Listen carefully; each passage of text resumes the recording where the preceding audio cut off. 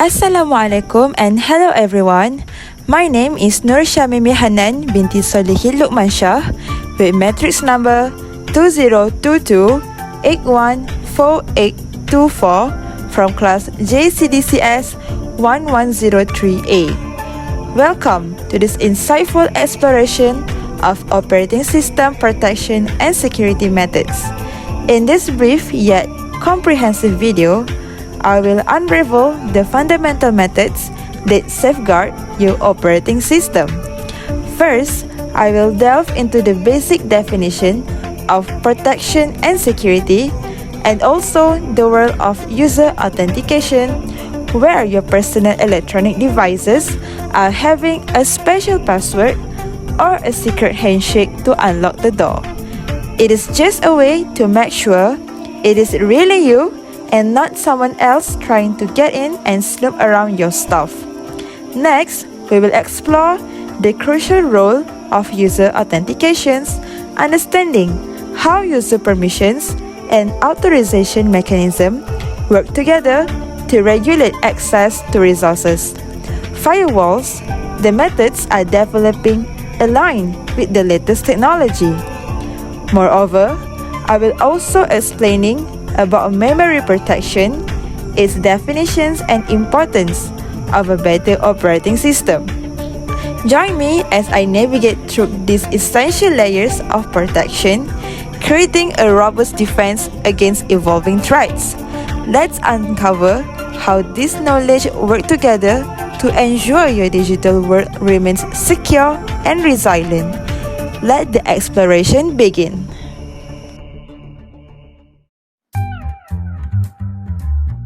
Let us dive into our first topic, which is protection and security. So, is there any differences between these two topics? Well, let me explain it to you.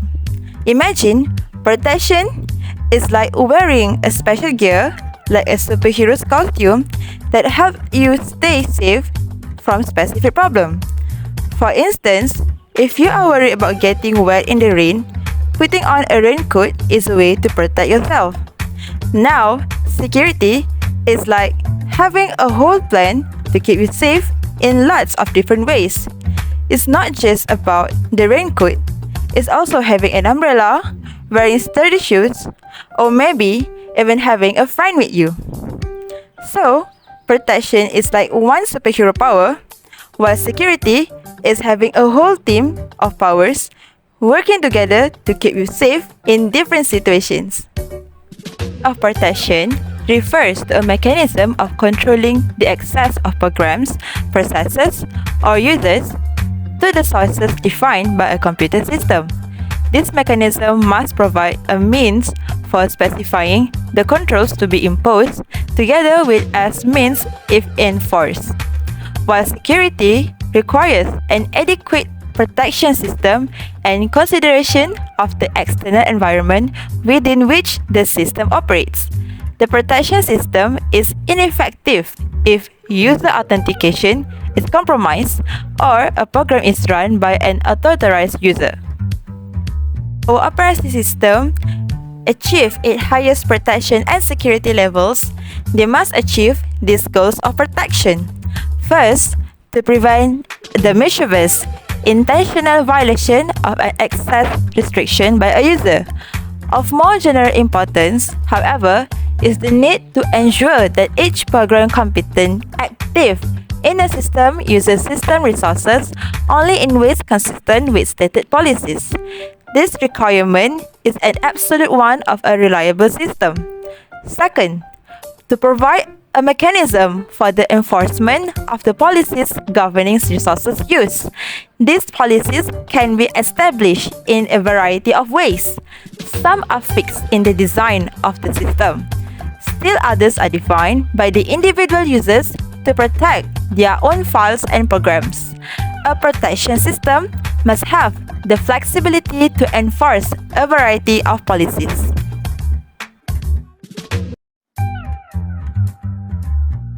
By any chance, have you ever heard about user authentication?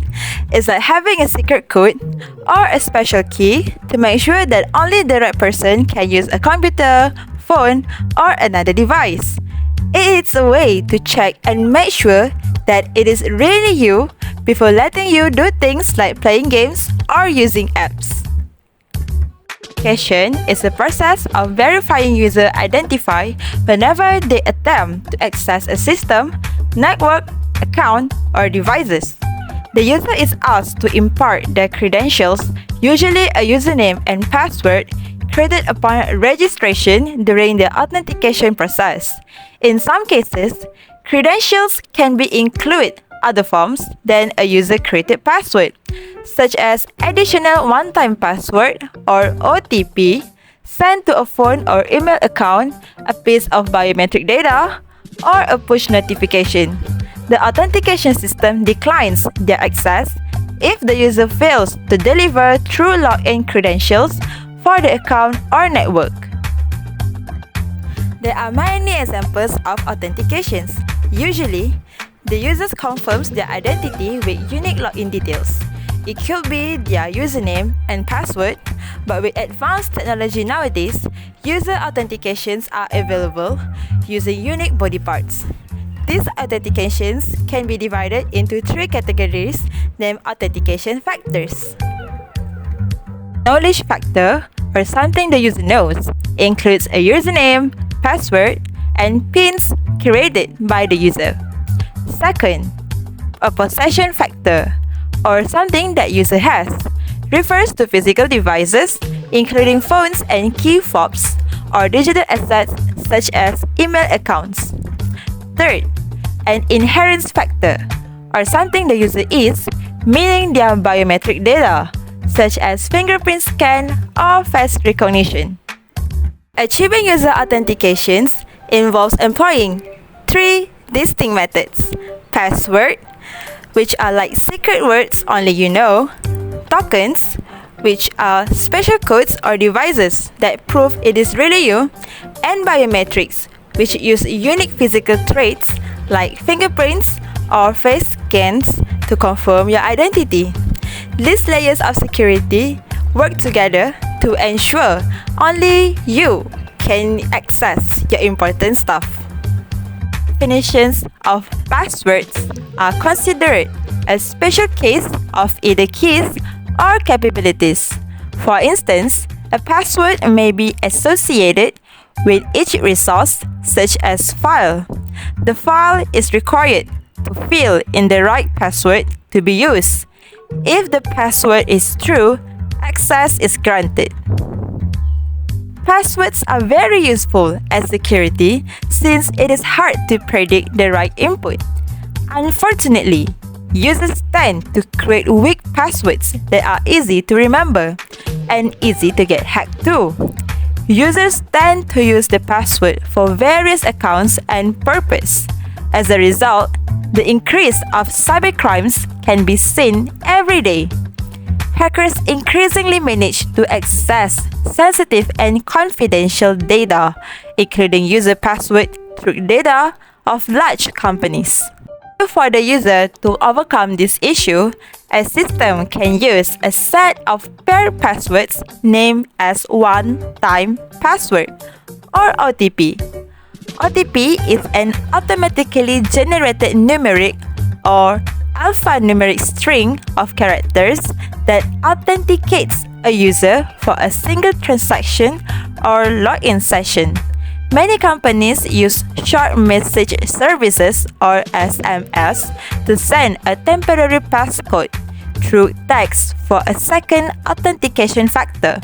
This secret code changes every 30 to 60 seconds depending on how the token is configured.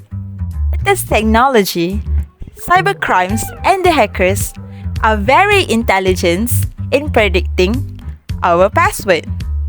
Creating a password can be crucial, and because of that, we need to have guidelines and rules to be followed to increase password security. Firstly, we need to create a long password. A strong password must be at least 10 characters long. The shorter the password, the easier the hackers to crack it. Secondly, make it as complex as possible. Combine any characters that are available, including higher and lowercase, special characters, and numbers to make it harder to guess. Thirdly, never put any personal information into the password. Other people tend to remember private details such as birth date or favorite nicknames. Last but not least, if you find difficulty in creating a strong password, use a password generator.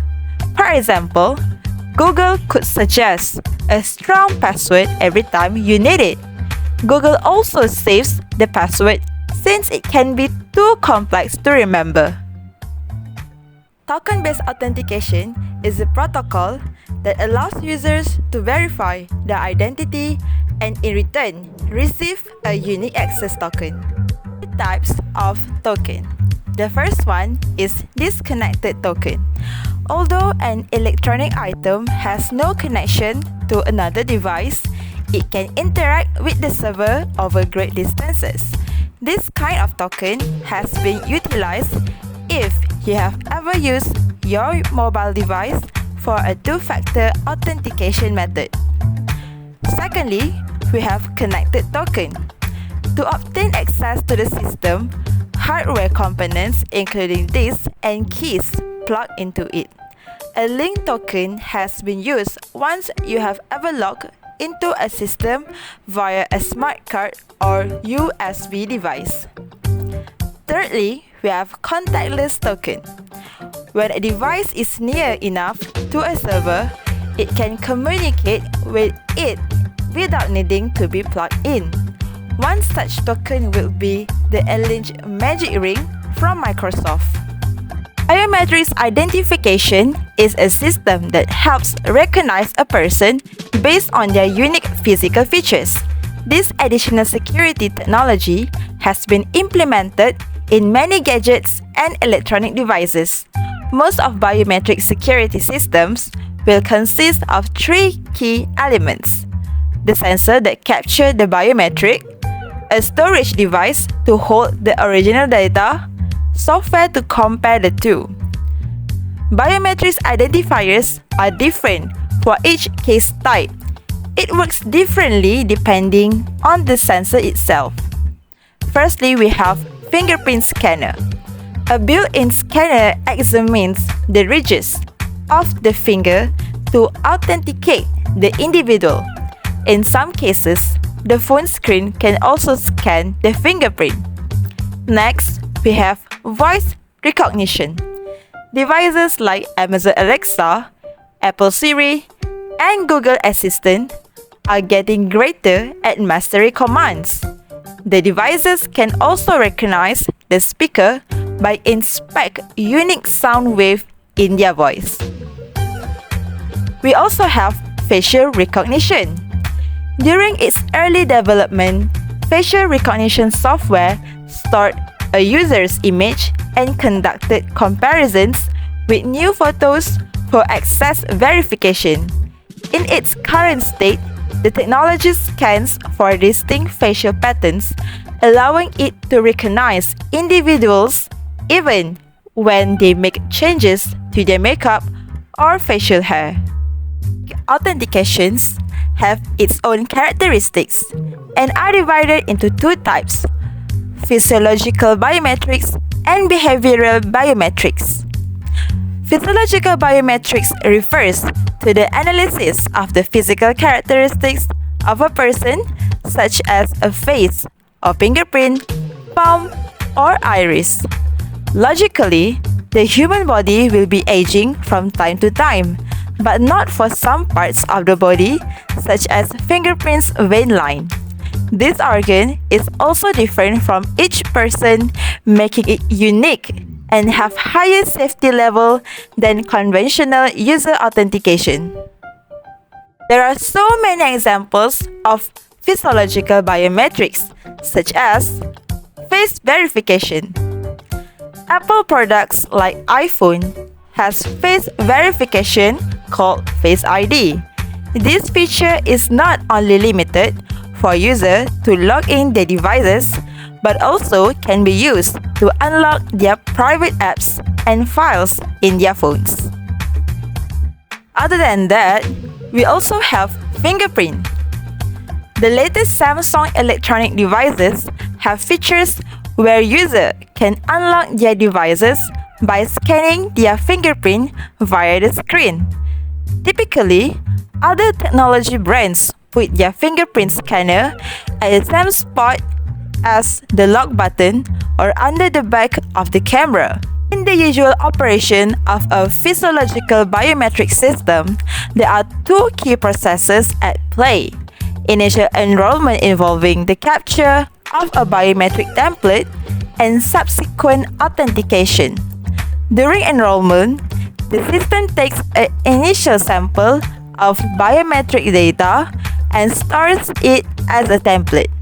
This stored template is later utilized for verifying the identity of the individual when they return to access an online service. Behavioral biometrics is the practice of identifying and measuring patterns in human activity, such as a person's keystroke or mouse activity.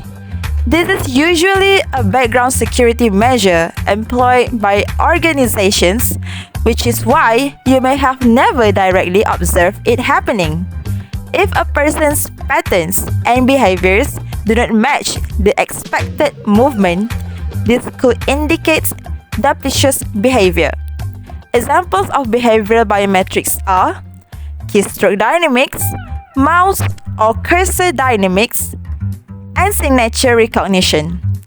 Since hijackers and legal users tend to use different digital platform interactions, behavioral biometrics can be used to monitor the activity of current users or accounts and distinguish between their activities. In a web-based inquiry, crooks are more likely to simply copy and paste to navigate through the information rather of entering it one key at a time. Let's move on into the next topic, which is memory protection. So, what is memory protection? Memory protection is like having a fence around a garden to make sure each plant stays in its own space. It helps prevent one part of a computer program from messing up or taking over another part, keeping everything running smoothly and safely. Protection is a crucial component of operating systems which permits them to avert one method's storage from being utilized by another. Memory safeguarding is vital in contemporary operating systems since it enables various programs to run in tandem, lacking tampering with their respective storage space. So, why do we need memory protection for our operating systems? The memory protection is important to improve stability. Memory security keeps a program from accessing the memory of another operation, which can improve system stability and stop important data from being lost. Second, memory protection is important for a better resources management.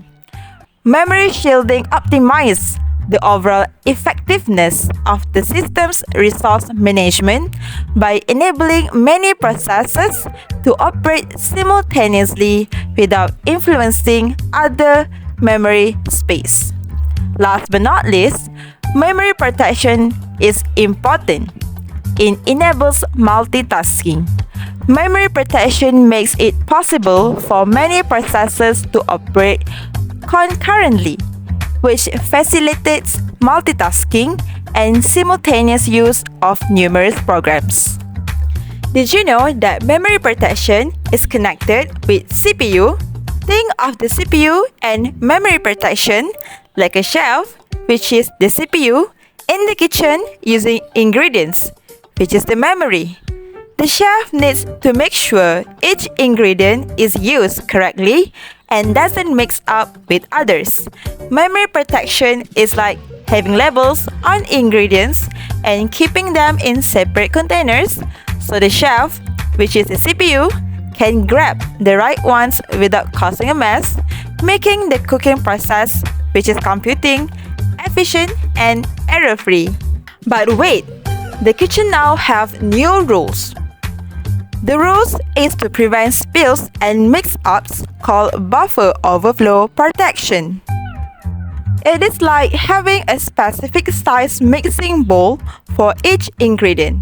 If the chef or the CPU tries to put too much into one bowl, it won't overflow and make a mess. Buffer overflow, on the other hand, is like accidentally pouring too much because the bowl doesn't have a limit. So, buffer overflow protection is a system that checks the bowl sizes to ensure the chef, which is CPU, doesn't put too much, preventing spills and maintaining a tidy kitchen, which is essential for smooth and safe cooking, which is the computing system.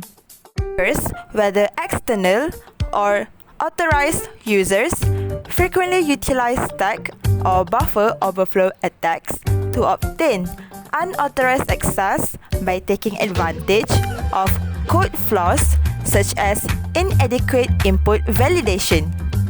Attackers take advantage of this carelessness and send extra data in certain circumstances, which could compromise the system. Preventive measures include improved input validation, safe coding techniques, and frequent vulnerability patching. Now, let's introduce data execution protection into our kitchen analogy. Data execution protection, or DEP, is like ensuring that the ingredients used in cooking are safe and meant for consumption. It is similar to checking if each ingredient is edible before adding into a recipe. In our kitchen scenario, DEP ensures that only safe and approved ingredients are used by the chef, which is the CPU. If there is an unfamiliar or potentially harmful ingredient, DEP acts as a guard, stopping the chef from using it in the recipe. This adds an extra layer of safety, preventing the chef, which is a CPU, from accidentally incorporating harmful ingredients into the cooking process, which is computing, thus maintaining the integrity of the meal, which is the data. Security feature known as Data Execution Prevention, or DEP, can assist in preventing viruses and other security threats from harming your computer. Code from system memory locations set aside for Windows and other authorized programs may be attempted to be run or executed by malicious programs to compromise Windows. These attacks have the potential to wreck your files and programs. By keeping an eye on your programs to guarantee that they are using system memory securely, DEP can help safeguard your computer. When DEP detects that an application on your computer improperly utilizes memory, it warns you and terminates the program. Now, let's bring in kernel patch protection, which is like ensuring the recipes and cooking instructions are secure and unaltered. In our kitchen analogy, the recipes are stored in a special cookbook, which is the kernel, and kernel patch protection is the lock on that cookbook. Kernel patch protection, or KPP, informally known as Patch Guard, is a feature of 64-bit or x64 editions of Microsoft Windows that prevents patching the kernel. It was first introduced in 2005 with the x64 editions of Windows XP and Windows Server 2003 Service Pack 1. This protection ensures that no one can tamper the recipes without permission. It is like preventing someone from adding or changing ingredients in the cookbook secretly. kernel patch protection safeguards the core instructions or the kernel of the cooking process, which is the computing, maintaining the original and secure recipes for the chef, which is the CPU, to follow. This way, the chef can rely on the trusted instructions, preventing any unauthorized modifications that could lead to unexpected outcomes in the kitchen.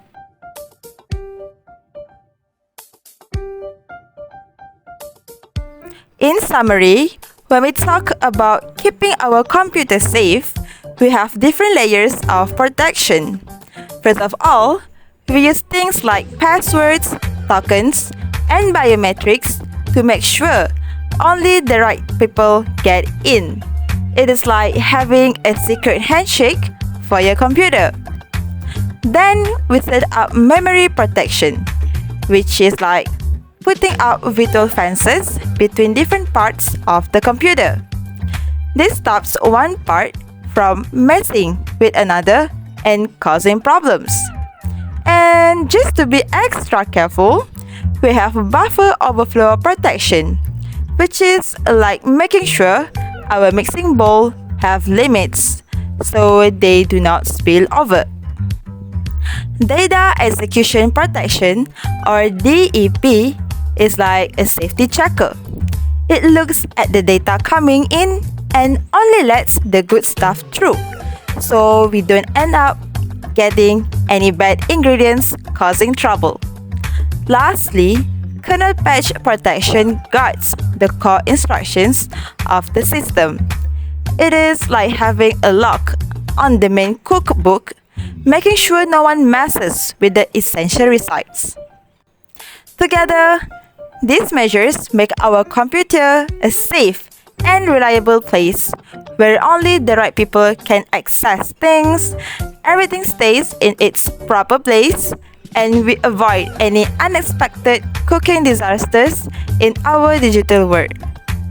So that's all from me. Thank you for listening on my presentations.